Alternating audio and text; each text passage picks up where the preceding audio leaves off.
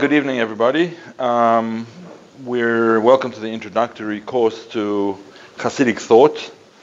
As you will see from the introductory page over here, which I'll get to in a second, it lays out what the course is going to be about. There'll be a number of different lectures in each of these topics. We'll see exactly how it works out. But before we actually start teaching, I would like to say that the Shiur is dedicated to the Refuah Shlema U'Meleah, the complete and recovery and health of Yaakov Chaim Moshe ben Freda. Yaakov Chaim Moshe ben Freda, may you have a Refuah Shlema and Kroiva and Meleah. Okay. So, we, in our previous sort of introduction to the introduction, we discussed various approaches to Chassidus, as sort of an introduction to Chassidus altogether. And one of the main points that we covered over there was the idea that there are two approaches to Kabbalah Chassidus. There are two approaches to Kabbalah Chassidus. One approach is the approach of the Arizal, an approach of classical Kabbalah, essentially, classical Kabbalah, which takes inyonim, which are very, very, very extremely high inyonim, and tries to put them into categories of human thought. In other words, to be malbish, to clothe ideas, abstract ideas, into things that we're somewhat familiar with. And therefore, you'll find a lot of Kabbalah has to deal with understanding, for example, Adam Kadmon, right? What Adam Kadmon is about, his ears and his eyes and his nose and the mouth and the eye, the lights that come out of them and so on and so forth. There's all human images, but in order to be able to explain certain things during Kabbalah. So that's one approach. Then you get the approach of Chassidus, the approach of the Baal Shem Tov. The approach of the Baal Shem Tov was to look at things that we're familiar with and to be mafshit, to strip away the human aspects of it, or the physical aspects of the thing, in order to get to the core, to the main idea. So we're going to be following the sheet of the Baal Shem Tov primarily, although we will look at times at the, certain things from the Arizal and various other places. But that's primarily the idea that we're looking at. Another idea that we spoke about in previous classes was that there was a stage of development of Kabbalah from the time of the Zohar until the Ramak, and then from the Ramak to the Arizal, and then from the Arizal to the Baal Shem Tov. 3 different stages. The first stage of Kabbalah examined the whole concept of Hishtalshalut. Hishtalshalut being the chaining down of the worlds. In other words, the development, so to speak, of the worlds. You might call it the devolution of the worlds. Yeah, from a higher state to a lower state, from before the Tzimtzum, although the Ramak himself did not speak about the Tzimtzum, but from very highest levels to the lowest levels, and how each level is connected to the next level. That's called Hishtalshalut, from the word Shalshelet, a chain. Right? Okay. That was the chain. So each link is connected to the next link. That was the Ramak. Along comes the Arizal, and he looks not at the developmental ideas, but he looks at he's much more interested in, although he incorporates the developmental ideas, he's much more interested in the interactive components of things that are found primarily in the Zohar. The interactive components means, in technical jargon, the interactive components means the yichudim and zivugim of the partsufim. Right? Partsufim are spheros, or classes of spheros, and how they interact with each other. So he's interested much more in the interaction rather than in the development. Are we allowed? Yeah. And when you say development, you are specifically referring to Hishtalshalus, the change of coming down. Yes. So development is Hishtalshalus, and he's interested more, thank you very much, he's interested more in the idea of the interactive components as they come down, or at a certain stage? At different stages, at all different stages. Along comes the Baal Shem Tov, and he's interested in something completely different. He's interested in what's called Hashra'ah. Hashra'ah can mean two things. On the one hand, it means the dwelling of godliness upon each particular thing. In other words, how this thing is connected, not to which sphere it's connected, but how it's connected to Hashem, right? How it's connected to what Hashem wants, Hashem's chokhmah and Hashem's ratzon, is the wisdom and will of Hashem, right? That is called Hashra'ah, from the word shoreh, to dwell upon. At the same time, from the word shoreh, at the same time, Hashra'ah also means inspiration, right? That the Torah of the Baal Shem Tov inspires the person to go out of himself and to ascend to a higher spiritual level. That's the concept of inspiration. And as we said before, that's the shita of the Baal Shem Tov, is to go from what you know to abstract, strip away to a higher level. So we'll find that the Torah of the Baal Shem Tov, that's what it's doing, going from what you know to beyond what you know. And as that sikha from the Rebbe Rashab, this whole concept from the Rebbe Rashab, that sikha from the Rebbe Rashab and Torah Shalom, so he explains that the concept of Kabbalah clothing things within human categories in order to understand them has its dangers, because you can misunderstand and you can attribute things to godliness which aren't there, right? Whereas the shita of the Baal Shem Tov is much less dangerous, because all you're doing is you're taking from what you know and you're stripping away, and therefore you can get to much higher levels, number one. And number two, it doesn't have the dangers of that you find in Kabbalistic inyonim, which anyway most Kabbalists are very careful to avoid, right? But there is such a danger, yeah. Can you give us a quick example of stripping away? In other words, taking some inyan that has to do in this world and basically stripping it away until you see the source of it in the higher world. Yeah, okay, yeah. So the fundamental pasuk, and we're going to look at this later on, is the fundamental pasuk of that idea is mi besari echezeh Eloka. From my flesh I see God. In other words, the fact that I find that I have let's say, a beating heart, right? So why does the heart beat in the first place? Like, why? We know that it's to move the blood around and so on and so forth. But what does that mean? Beruchnius, right? So that's, if you study Chabad Chassidus and maybe other Chassidus as well, Kamarna maybe and various others, you'll find that the whole concept of the beating of the heart is an instance of the idea of Ratzah v'Shov, right? Ratzah v'Shov means Ratzah is going up and coming down. It's part of the Merkava experience that Yecheskel spoke about when he saw the Merkava. In other words, he saw divinity, he saw godliness, the vehicle for godliness in a higher world, in the world of Yetzirah, in fact.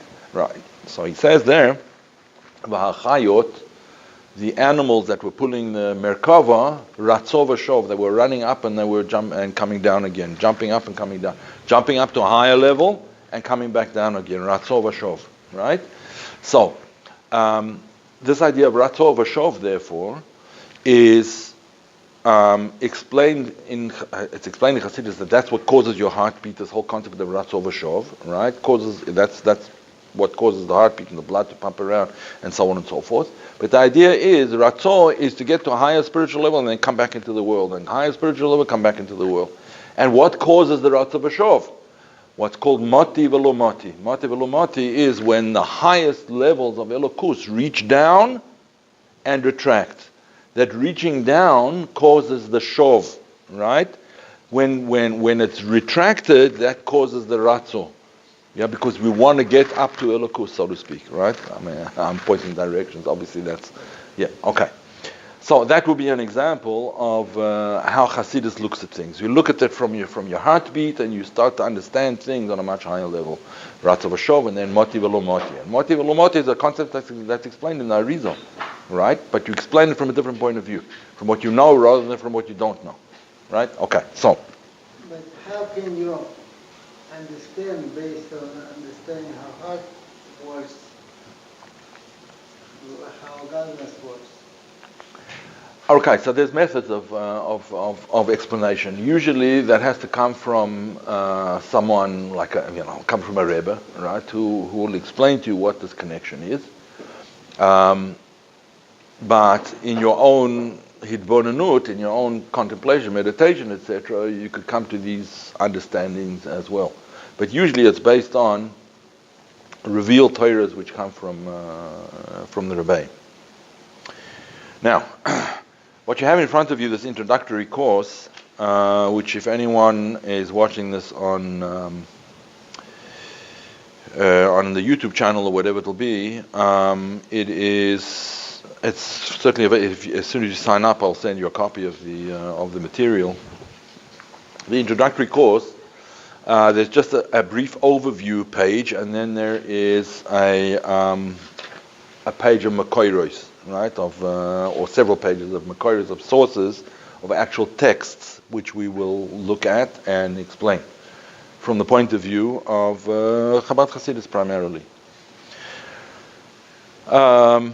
Okay, so if you have a look at the first page, the introductory course overview. This introductory course, the Chassidic teachings, is divided into 6 classes. And the truth is, it's not really 6 classes. It might be more than 6 classes. It's only six topics would be a better, covering 6 primary topics in Chassidic thought. No prerequisites are required. In other words, you don't have to have any background. I'll explain them all. So let's just have a look at, just briefly before we explain them, we'll have a look at the first one. Is on the pasuk Ain Od Milvado. Right? There's no one or nothing besides Him, besides Hashem.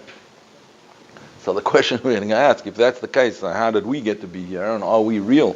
Do we exist, or do we not exist? Maybe we don't exist, right? If Ain Od Milvado, we take that literally, maybe we're not here, right? So we have to explain how it is that whether we are here, first of all, or not, and secondly, if we are here, what's the meaning of our existence, and how does it happen? How does it come about? So there's a very big part of that lesson is going to be about the tzimtzum and so on and so forth. And that explains a lot of that issue. Just look briefly at number 2. We'll go back to number 1 in a minute. Number 2, Hashem Elokeinu Hashem Echad, what we say in Shema, the inyan of the achdus of Hashem, right? There's a difference between saying Ain Od Milvado and Shema Yisrael Hashem Elokeinu Hashem Echad. We have to understand what the difference is. One is called Yichud Ilah, one is called Yichud Tatar, or one is called Ain Od Milvado, and the other one is called Yichud Ilah, and then Baruch Shem Void Malchusoi Yichud Tatar. We don't have to get into all of that now because that'll be in the second topic that we look at. The third topic, Nitav HaKadosh Baruch Hu Yisroel Dir B'Tachtonim. HaKadosh Baruch Hu wanted a dwelling place in the lower world. In other words, the purpose of creation. What did He create a world for? What did He need it for? Right? Did He really need such a world? Did He need us to be here? And so on. The fourth topic will be Anochi Hashem Elokecha. In other words, God's relationship to man. I am the Lord your God. What is God's relationship to man? When He says Anochi Hashem Elokecha, what did He mean by this? What is the purpose of Torah? Etc. And we will discuss that. The fifth topic is Vasuli Mikdash V'Shachanti B'Soicham, build for me a Mikdash, a temple in which I will dwell, man's relationship to God. The previous topic was God's relationship to man, and here man's relationship to God. He wanted us to do some of the work, or some would say most of the work, but in any event. Now the last topic would be Anochi Hasisi Aretz Va'adam Aleha Barasi. I created the earth and I placed man upon it. This is going to discuss the role of mitzvahs. Like what do mitzvahs do? Right? What's the inyan of mitzvahs? The word Barasi is Gematria Taryag. Right? That's the word Barasi. Gematria Taryag. That is the 613 mitzvahs. What are they? Why do we need them? And how do they change the world? Okay, let's just go back now. Those are the 6 topics in general that we'll be covering. It won't be 6 lectures, it'll be more than that, because there's a lot of ground to cover. And there'll be questions and answers and discussion and so on and so forth, which is fine. So let's go back to topic 1 and have a look a little bit more in detail what it's about. Yeah, sure. Really quickly, it seems to me that number 4, Nikanot Hashem Elokecha, kind of parallels with the second posuk, Hashem Elokim. Will there be explained in a different light, or? Yeah, it's going to be explained. Yeah, the second and the fourth will be explained in a different way. Basically, the fourth one is the concept of why Hashem gave us the Torah. Why did He give us Torah? What do we need the Torah for? Right? Why do we have Torah? You'll see it, Matan Torah. We'll see what the. And the second one is the relation of man to. No, it's actually the relation of God in Himself. Like what is the concept of Achdus Hashem? Yeah, Achdus Hashem. And we'll discuss this. We'll discuss this in depth. So let's go back to number 1 now. Ain Od Milvado. There's nothing or none or nothing besides Him. So how do we get to be here? There are several interpretations of the verse Ain Od Milvado. As we'll see shortly, we're going to do this tonight. There's none besides Him. Some interpretations interpret this as meaning there's no other being comparable to God. Ain Od Milvado, say some of them, Ain Od Milvado kamoisoi. Like there's nothing like Hashem comparable to Him. Right? So in other words, there may be other forces, there may be other, parallel ideas, but He's the Melech Malchei HaMelochim, right? He's Elokad Elokai, the God of gods, so to speak, according to one understanding of Ain Od Milvado. We'll see later. Very soon we're going to look at that idea. Other interpretations, including Hasidic interpretations, declare that there is literally nothing besides Him. That's only Him. That's all there is, right? So, if there's only Him and that's all that there is, Ain Od Milvado, literally. So, does this imply that our existence is imaginary, or is there really a world? What are the arguments for and against such a view, that there is a world, that there isn't a world, maybe there isn't, right? Maybe it's all a dream. How did the world come to be without changing the idea that Ain Od Milvado? If you say that there is a world, how can you at the same time say that Ain Od Milvado? Doesn't this introduce some concept of duality in Hashem? Right? Chas v'sholem. But we have to understand how it doesn't. And we'll finally come to understand in this why the Tzimtzum is necessary. Why Chassidus, why the Arizal explained the inyan of the Tzimtzum, and why it's such a central focus in Chassidus in particular. And we'll see that there's different shittas in the Tzimtzum. There's not just one shitta, there's many shittas. There's 4 different main shittas in the Tzimtzum. And we have to explain all of them and what the advantages and disadvantages of each of them are. And finally we'll come to the conclusion or the explanation, understanding why it is that the Alter Rebbe explained the Tzimtzum in the way that he did. Right? Differently from, for instance, the Gemora. We'll see the 4 different shittas. Right? There's 4 different shittas. We'll see later on. Okay. So, let's go now to the second page. The Makoiros for the first concept. Ain Od Milvado. And here is the pasuk. The pasuk in Dvarim, Ata horeis alodas, ki Hashem hu ha'elokim, Ain Od Milvado. You have been shown, lada'as, to know, that Hashem hu Elokim, God is Elokim, Hashem is Elokim, Yud Kei Vav Kei is Elokim, Ain Od Milvado, there's nothing besides Him, or as we'll see, some say there's no other gods beside Him, there was no other God comparable to Him, etc. We'll see what the various explanations of this are. Now, what I've done in all of the Shiurim, I brought some of the classical sources, besides the sources in Chassidus, I brought some of the classical sources that we can see it in perspective. Right, and then we'll understand what it is, the chidush of Chassidus. Because Chassidus has a tremendous amount to say about this, obviously. And we will see how it compares with other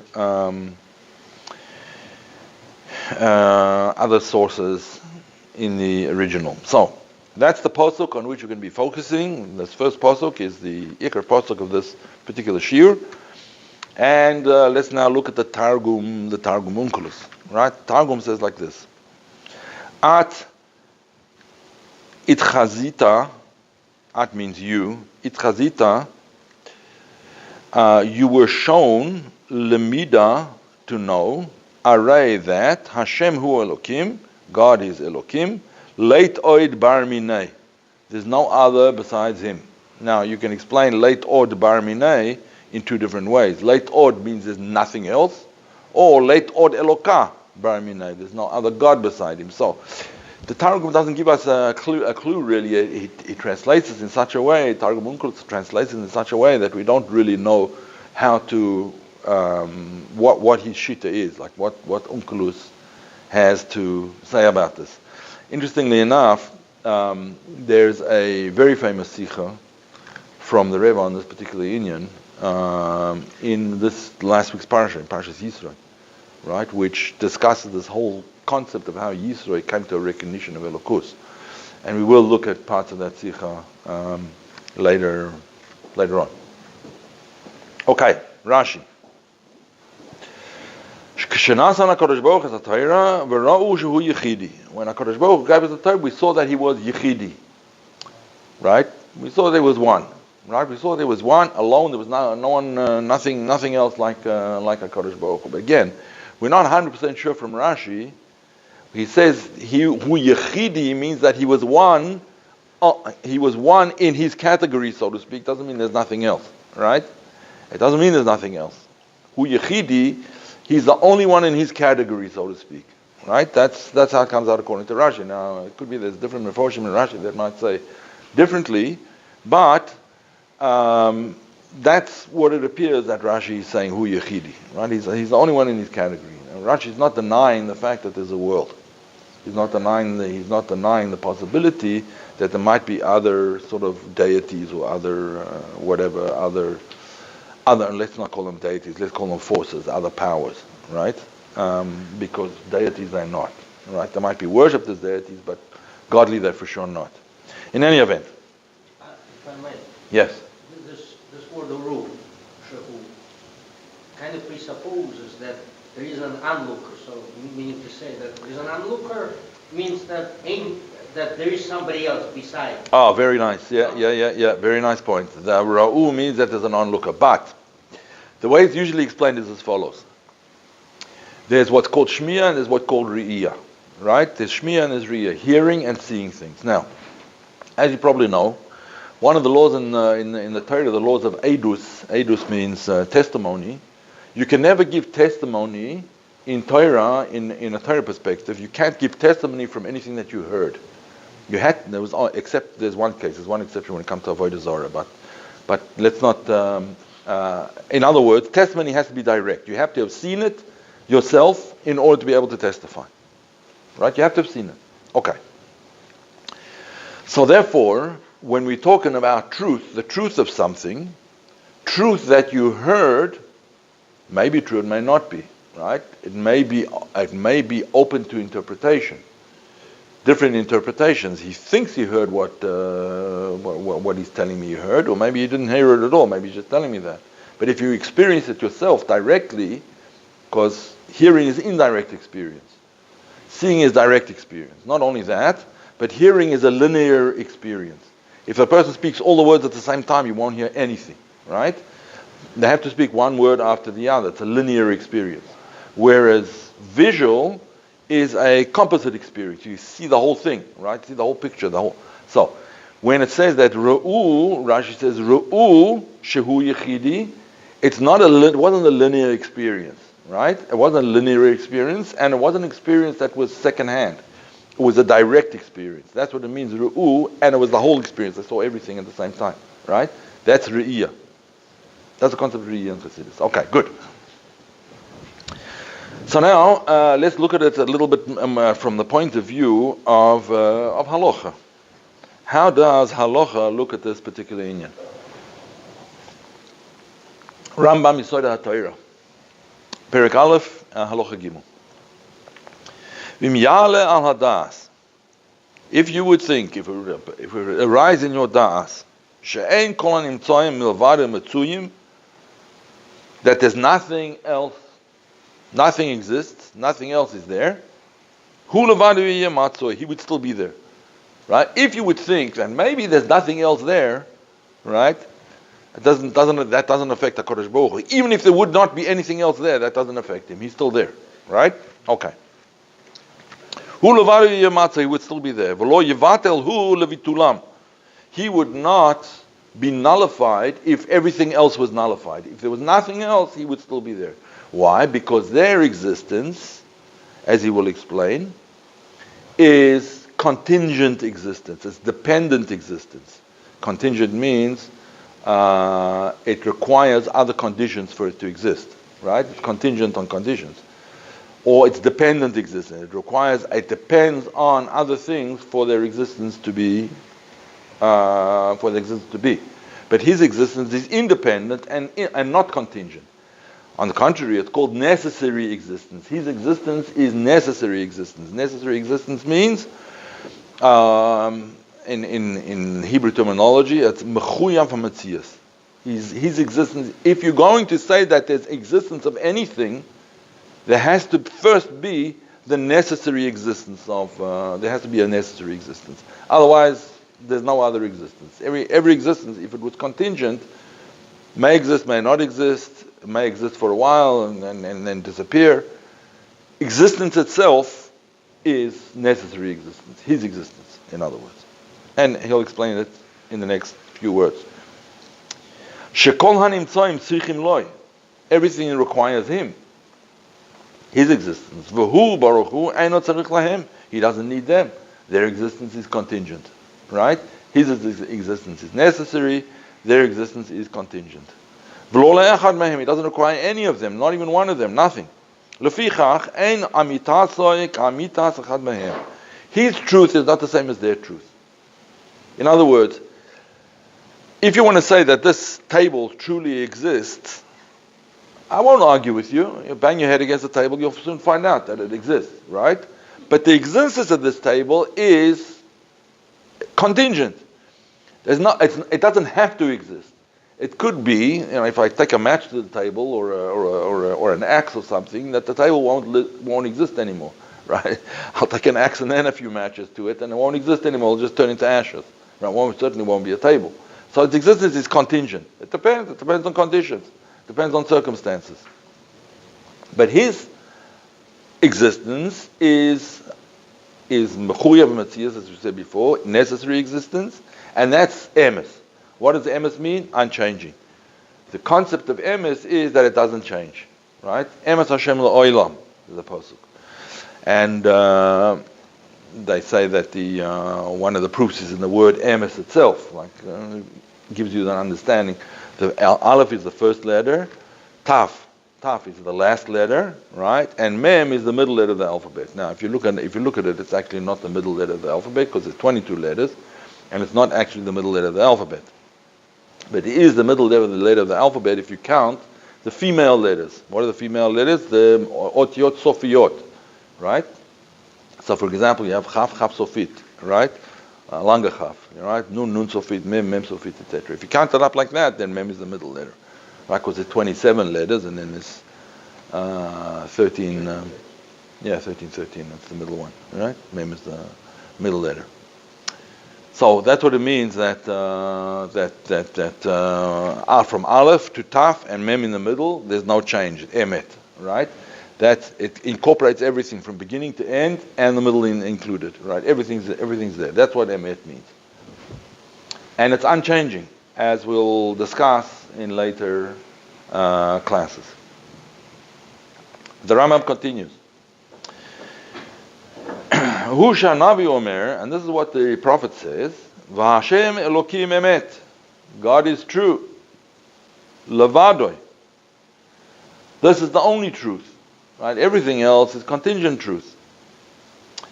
Hu Levado HaEmet, Ve'ein it's supposed to be le'echad, ve'en le'echad emet kamoto, kamitato, I'm sorry. Ve'en la'acher emet kamitato, no, that's right.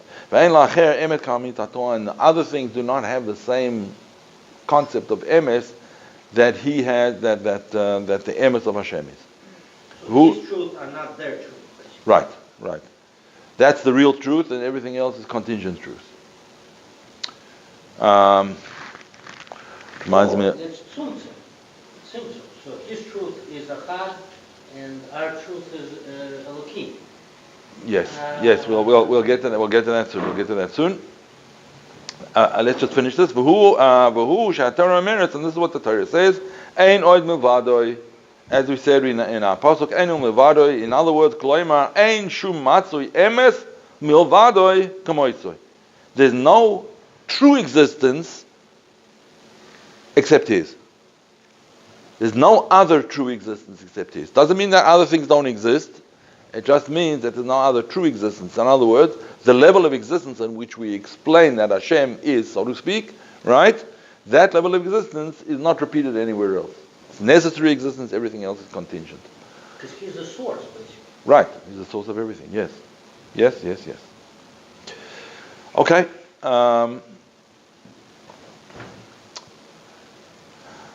So there's, just to lighten up the mood a little bit, there's when you may say something like, well, for example, let's say we want to talk about something true. 2 + 2 = 4, right? 2 + 2 = 4, wherever you are, it doesn't matter. You're in America, you can be in China, on the moon, doesn't matter. 2 + 2 = 4. Everywhere it's the same thing, right? So they tell the joke about a firm wanted an accountant, a new accountant, to come, do the books and so on. So they were interviewing, and first guy came along and asked him, 2 + 2 = how much? And 2 + 2 = 4. Okay, we'll let you know if we, if we need you. Next one, how much is 2 + 2? 2 + 2 = 4. Okay, we'll let you know if you need. Eventually, they came across a person said, they asked him, 2 + 2 = how much? He said, what do you need it to equal? Right? How much do you want it to be? No, that's the guy we need, right? So certain things, even 2 + 2 = 4, you can manipulate a little bit, because it's not emes lahamitoy. It's not.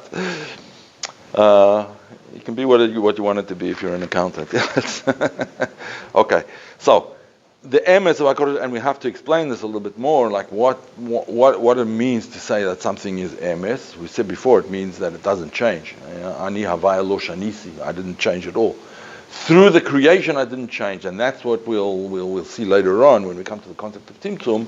Even the concept of Tzimtzum doesn't change Hashem at all, right? It doesn't change anything. It doesn't change Amitis Metziusai, right? That doesn't change His true existence. Doesn't change it. Okay.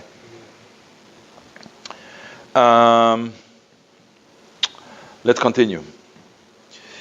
Number 5, the Barbanel.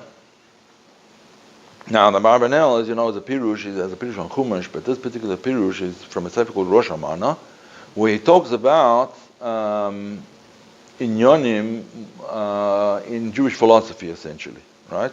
Much more in Jewish philosophy and ideas rather than pirushim and psukim and so on.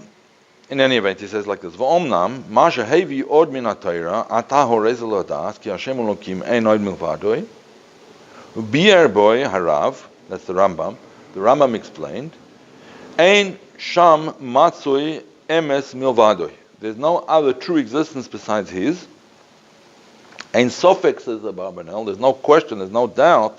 Shelo ba b'pasukahu milas emes aval signun hadvarim morim alav. The word emes doesn't appear in the pasuk. The Rambam said that when we say Ain Od Milvado, we mean Ain Od Milvado kamitasoi, right? Like His truth, like His true existence. But it doesn't appear in the pasuk that Barbanel is pointing out. It doesn't appear in the pasuk, but that's the meaning of it, right? That's what he's saying, right? So he says that that's what Rambam must have meant. Yes, that's what Rambam meant, because it doesn't appear in the pasuk, and that's therefore his explanation of what it means. Aval signon hadvarim morim alav. But the signon, the style of saying Hashem hu Elokim Ain Od Milvado implies that His Metzius is a different Metzius. His existence is a different existence. The existence of Emes. Ki ba'amro Ain Od Milvado ir sha'ar sheyifurash she'em Metzius davar acher. When you say Ain Od Milvado, you can't say that nothing else exists, says the Barbanel. Right? We know from our own experience that the world exists. We can see it. Right? Now there are philosophers that argue with that. They say, not necessarily. right? Maybe the whole thing's a dream. Maybe you're dreaming that you can see the world. Maybe it doesn't really exist. And they get like confused and off into the sticks. And I'm not talking about Jewish philosophers necessarily. One of the philosophers came to the conclusion, the only thing I know is that if I think, I must exist, because someone has to be thinking, right? But that's not necessarily true either. You could say you just think that you're thinking. It's not, you're dreaming that you're thinking. There's a dream of someone thinking that they're thinking. There's no end to the shtuyot you can get, the nonsense that you can get involved in with that kind of approach, right? So the Abarbanel puts it quite simply. Listen, there is a world. We know there's a world. We know from our experience there's a world. Let's not get into all the philosophies. There's a world, right? There's a world out there. But, nevertheless, when we say Ain Od Milvado, we don't mean there's no world. We must mean something else. This is what he's explaining. Ki ba'amroi again. Ki ba'amroi Ain Od Milvado. When you say Ain Od Milvado, there's nothing besides Hashem. You can't say that means there's nothing else. Nothing else exists. Ki im Hashem Yisborach, only Hashem exists. You can't say that. Why? Because you can see around you, there's a world around you. Right? What are you dreaming? Of course there's a world. And it's improper to say there's no other God besides him. Why? Why is it improper to say there's no other God-like creature besides him? Because there are God-like creatures besides him. Yeah, which he goes on to say. Because you see in the Psukim, in the Torah, that Malachim, there's different categories of Malachim. There's Malachim in the world of Asiya, which are called Ofanim, right? There's Malachim in the world of Yetzirah that are generally referred to as Malachim. There's Malachim in the world of Bria that are referred to as Srafim, right? They burn up. There's the world of Bria. And the Malachim in Atzilus, there's even Malachim in Atzilus, and these are called Sichlim Nivdolim. Sichlim Nivdolim means abstract intellect, right? It's like an abstract concept. An abstract concept, a concept. Like Lahavdil, the concept, let's say, of pi, pi in mathematics, the pi signal. Yeah. So what's pi? You can't define exactly what pi is because it's however far you go, yeah, it's an infinite regret. Actually, I saw something recently. There's a guy who's one of these, is a savant, right? He's one of these people that can do math in his head, like just like incredible. More than a computer. He was able to work out, and they tested him. It was actually a test. Pi to 250,000 decimal places. 250,000 decimal places in his head, right? 250,000 decimal, and he said, that's enough now. It's no more, right? But pi can't be worked out. So it's a construct, it's a mathematical thing, but where does it exist? It doesn't exist because you can never get to the end of it. Nevertheless, it's in existence. It's there, something, it's real, right? So the Malachim also, Sichlim Nidolim, they're real things, but they don't have physical components like we do. Yeah. Would pi exist, let's say, a parallel concept of pi exist in the higher world, in all the probably there would be something parallel to that in higher worlds. Probably, I can't tell you for sure, but so that's what you're referring to the Malachim of Atzilus. Right. Sort of like there is a concept, and for them that's Mitzias. Yeah. You could say it's sort of it's a spiritual algorithm. You could say that's what the Sichlim Nidolim are, right? Spiritual algorithms. If in other words, they make certain things happen in certain ways. That's all. Not right. It's conceptual, right? But nevertheless, they exist. And then and how does the Torah refer to them?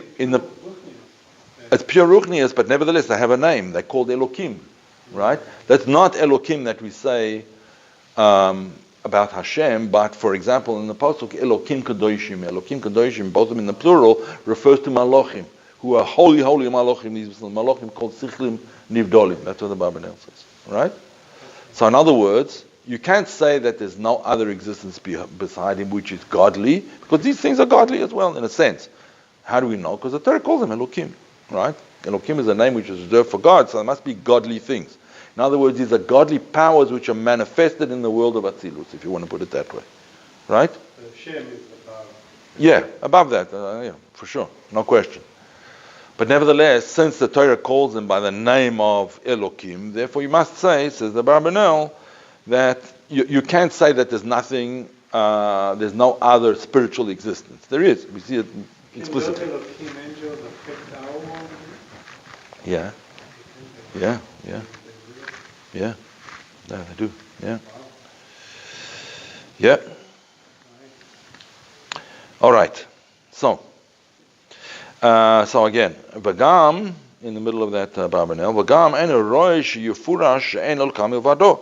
We cannot say that there's no other godly existence besides his. Ki asichlim hanivdolim nikraim elokim, because they're also called elokim.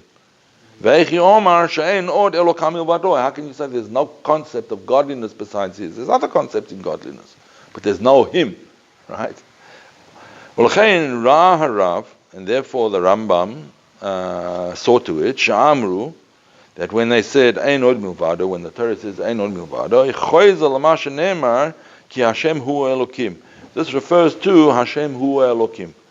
Ki Shem Havaya Yud Kei Vav Kei Yoyre, it will indicate, it shows Al Chiyuv HaMetzius, the necessary existence of Hashem. V'hu Shem HaMefurash, and there it's called the Shem HaMefurash, the explicit name of Hashem. V'shem Elokim ne'emar al Baal HaYechoilas. It's supposed to be HaYechoilis, not HaYechoilo. Baal HaYechoilas v'hamanhig. And the name Elokim shows on he who has power and controls various things. In other words, the power and control of what's going on lower levels, that has to do with Shem Elokim. Right? And that's why it says in the beginning of the Torah, when we're talking about creation, it uses only the name Elokim until we get to Shabbos, right? Then Shem Havaya is, until we get to Adam and Shabbos, only then the Shem Havaya come into the picture. It's as if to say, when we say Ain Od Milvado, we mean to say, it's as if we would be saying, Ain Od Milvado, there's nothing besides him, Matsui, that is found, that is necessary existence, Baal HaYechoilis, the one who has the power, Habilti Baal Tachlis, infinite power, who has infinite power. Kima ha'inyan Shiur HaMetzius hu ha'pe'iliyut ha'muchlat v'ha'emes gamur, k'mo she'amarti, because the whole concept of Shiur HaMetzius, of necessary existence, means that his pe'iliyut, his actions are absolute, and we have to understand what that means, and emes gamur, complete, in other words, unchanging. Razeh Omar, and therefore it says, Ein shum matzui emes milvadoi. There's no other true existence besides his. V'shem Yud Kei Vav Kei hu hamora al ha'emes. And the name Yud Kei Vav Kei indicates the concept of emes, and he goes into an explanation of this, why that is so, but this is not, we don't need to talk about it now. I think the heat went off actually, and it needs to be, okay, so far, the Barbanel has been most clear for us. The Barbanel, in explaining the Rambam, has been the clearest about the idea of what it means when we say Ain Od Milvado. What do we mean when we say Ain Od Milvado? And he said that doesn't mean that there's no other existence. Doesn't mean there's no other spiritual existence. We see there's a physical existence, and the Torah speaks about spiritual existence, of Malachim and things like that. What we mean is there's no other category there's no other being in the category of necessary existence. Right? Necessary existence. Right? Mechuyav HaMetzius. Okay. Say again? Okay. Although, if I may, really quickly. Yeah. I mean, it's very subjective to call the existence. If he's a necessary existence and he's a creator, so everything else is created. So how subjective we created creatures are? Is that our existence? Do we call it an existence, or Like Yeah. sustenance from him, or Yeah, we're going to get to that. Yeah. We'll get to it. Soon. It's going to come in, yeah. Okay. So how do you prove that? He demonstrated logically. Right. It can mean. It can mean this, it can mean that. Therefore, it must mean what the Rambam said, that it's a different category of existence. When we say Ain Od Milvado, we mean there's no other category of existence like his existence. Okay? Okay. Kli Yakar. The Kli Yakar is a pirush on Chumash, which is more Alpi Pnimius. Right? It's Alpi Pnimius. And the Kli Yakar, there's many interesting stories about the Kli Yakar, but without going into them, he was someone who had a very he struggled a lot with various inyonim in Ruchnius. He struggled a lot with inyonim in Ruchnius, and that's how he was in a sense a Baal Tshuva, the Kli Yakar. Let's not go into too much, but he struggled with things, and therefore he definitely talks to people who struggled intellectually as well to understand inyonim in godliness and so on and so forth. Kli Yakar. Anyway, Ne'emar Mamaka Rishoina Al Seder Ba'achav. It says that regarding the first Makkah of the 4 Makkos, which are Barad, Arbe, Choshech, and B'choiros, which are the last 4 Makkos. So the first of those, the Barad, right? The pasuk says, "Lama'an Teida ki ein kamoini b'chol haaretz." The pasuk says, "There's no one like me in all of Aretz, in all of the land, all of the earth." It's not only the earth; it's actually in all of creation, all of the universe. Really, Aretz can mean in a broader sense also. It can mean Aretz in Eretz Mitzrayim. It can mean Aretz the world. It can mean Aretz the universe, right? Creation. Meaning to say, Ain Od Milvado Yisbarach. There's nothing besides him. Ezer Rushut Acher. There's no other Rishus which could be called Elokus. Right? There is existence, but there's no other domain that could be called Elokus. Miklal Sheparoi Tan Sheyesh Or Elokacher. We see from this that Paroi maintained that there are other gods. In fact, there's a whole lot of them. We agree, says Paroi, that there's the emperor, right? The world emperor. There's the emperor of emperors, right? He's the world emperor, and then the emperor appoints like various subordinate kings to under him to be in charge of this land, to be in charge of that land, to be in charge of the other land. So that's how Paroi thought of it, and the truth is that Christianity also thinks of things like that, right? They also have the God of gods, so to speak, and then they have all these like subcategories of it's a complicated theology, but Korim lo Elokad Elokai. They call him the God of gods, but there's other gods also, right? So Paroi was arguing, no, there are other gods, but and the proof that there are other gods is that kishuf, right? You can do magic, right? You can create things and do things and change things by way of magic. Must mean that there's powers that are given to there's other forces that you can harness and you can use and so on. That's one of his. And the whole discussion, there's actually there's forum that discussed this whole what was going on, the argument between Moshe Rabbeinu and Paroi. It wasn't just what we see in the Chumash, right? That's just the bare bones outline. There was an argument in theology going on between them. It's a theological argument. Yeah, Paroi was saying that you can't deny that there are other forces and there are other gods, and Moshe Rabbeinu was saying, well, give me an example. So he says, well, for instance, the god of frogs or whatever. I don't know, the god of the Nile River, right?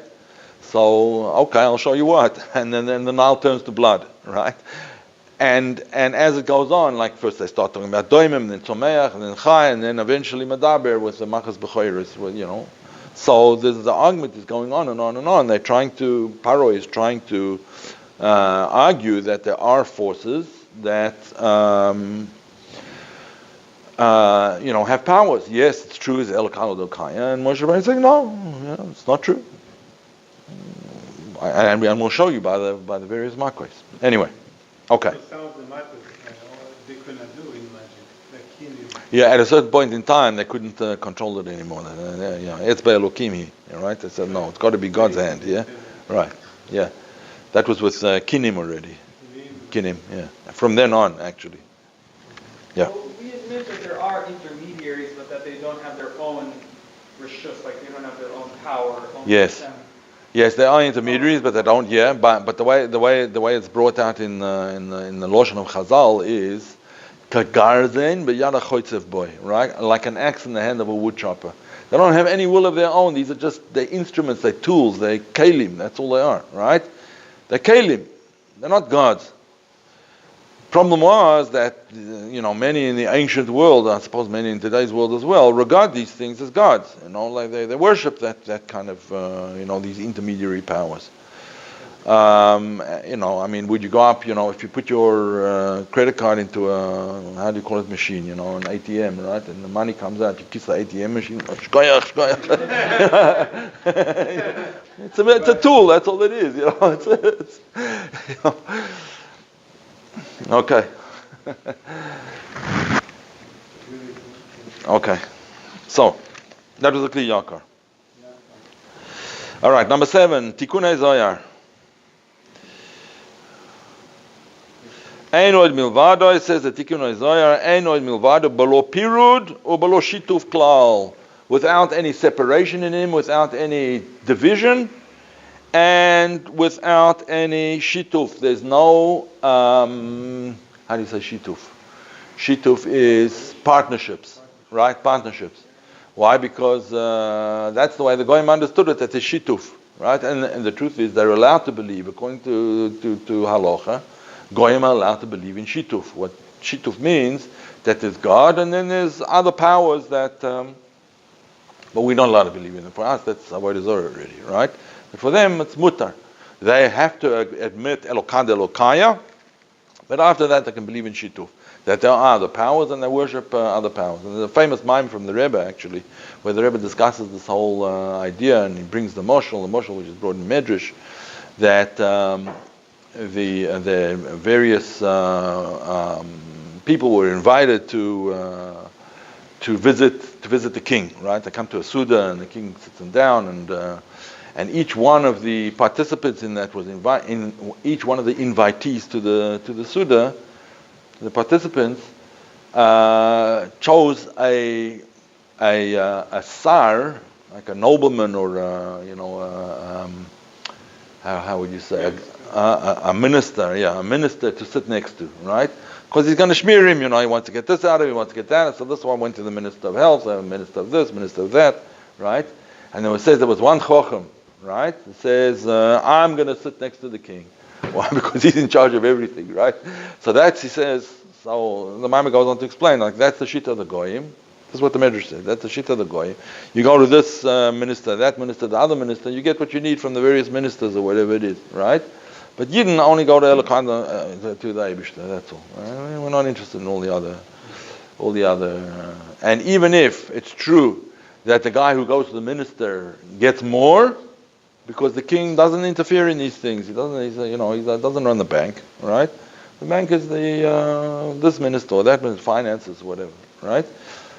So even if we don't get it, but we know what the emes is, right? That's and there's a mime from the Rebbe that discusses this. Yom HaShtei, that's the mime, exactly, yeah. But Yom HaShtei, beautiful mime. Yud Aleph Nisan mime. All right. That's a Tikunei Zohar. The Tikunei Zohar says when we say Ain Od Milvado, what do we mean? We mean there's no shituf, right? No shituf and no pirud.